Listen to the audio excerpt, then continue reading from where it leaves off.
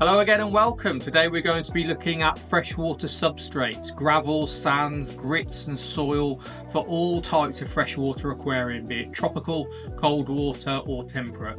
We're not going to do marine substrates today, that's a subject for another video.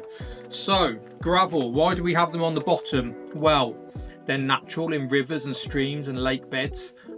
Some fish are adapted to look like them and camouflage on them and over them. Some fish are adapted to sift it in their mouths to find food, like catfish, some earth eaters, some loaches.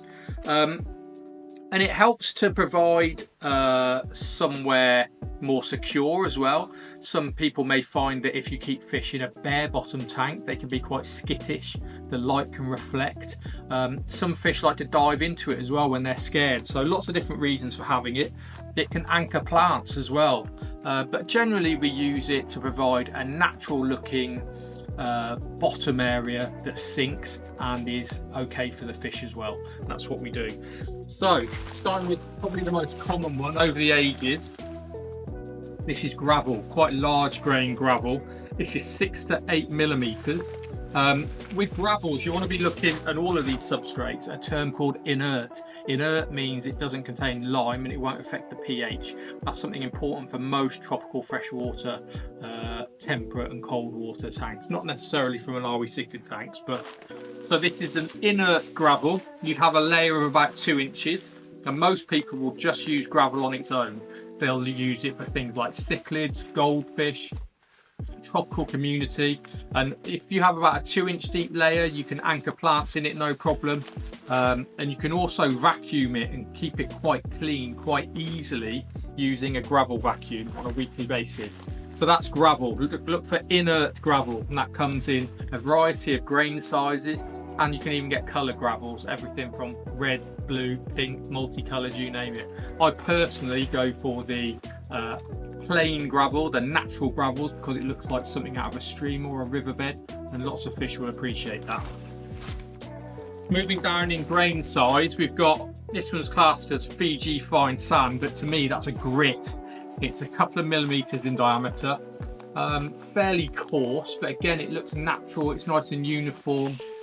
You can get white versions of it, you can get coloured versions of it, but I like this kind of beigey, kind of earthy colour.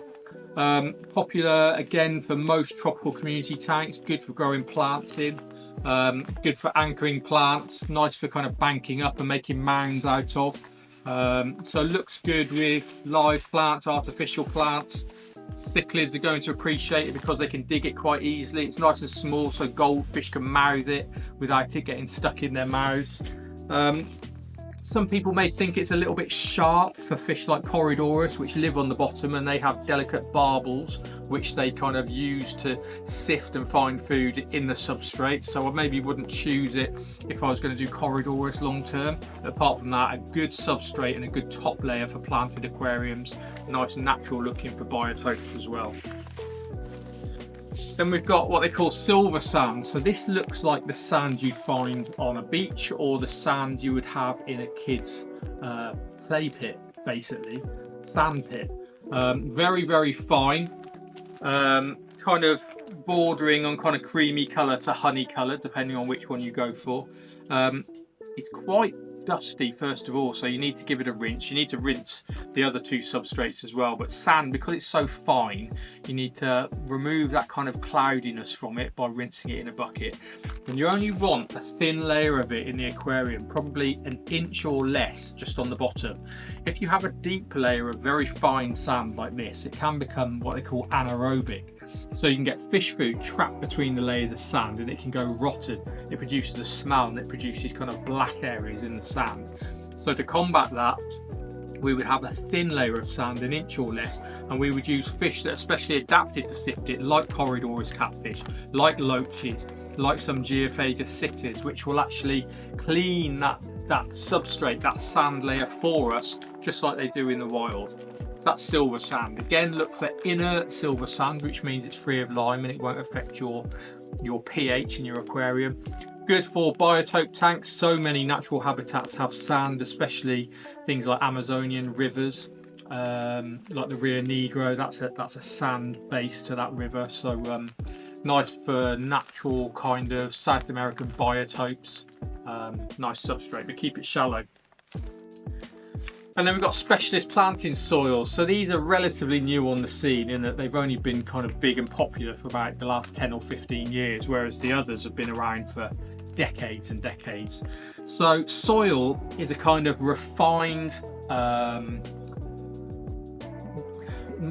it's been washed of nutrients. It's a kind of a granulate soil, and just like house plants and garden plants, aquatic plants, if they have a choice, prefer to grow in soil than any other substrate. So they prefer to put roots down in soft soil than in sand, in grit, or in gravel. That's why we use it. So it's been popularized in aquascaping, so all of the really high-end planted tanks use soil, and this one has soil in it. It's just good for growing plants in general. It's very nutritious. A couple of things you do need to watch out for. Some big cichlids will just make a mess of it. It's too light and it's too kind of muddy for them.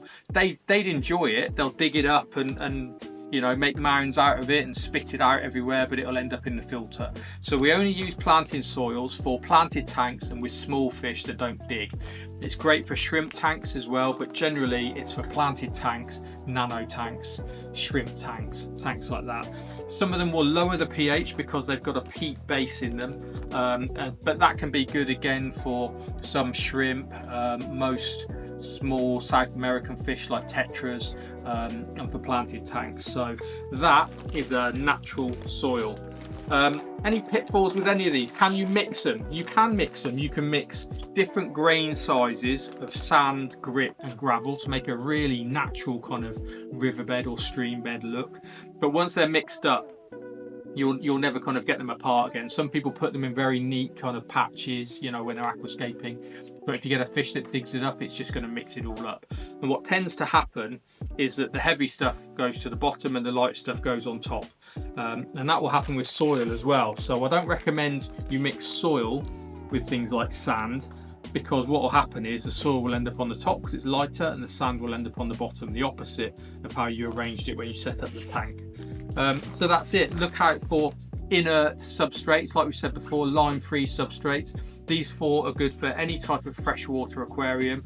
With the exception of the soil, I would keep the substrate depth to 2 inches or less for gravel and grit, and to 1 inch or less for sand. But for soil, it wouldn't surprise me if you had it very deep at the back. Some people 6 inches deep or more. So that's it from me for today. All these are available from the Swell store and on the Swell website. So take a look and get them delivered to your door.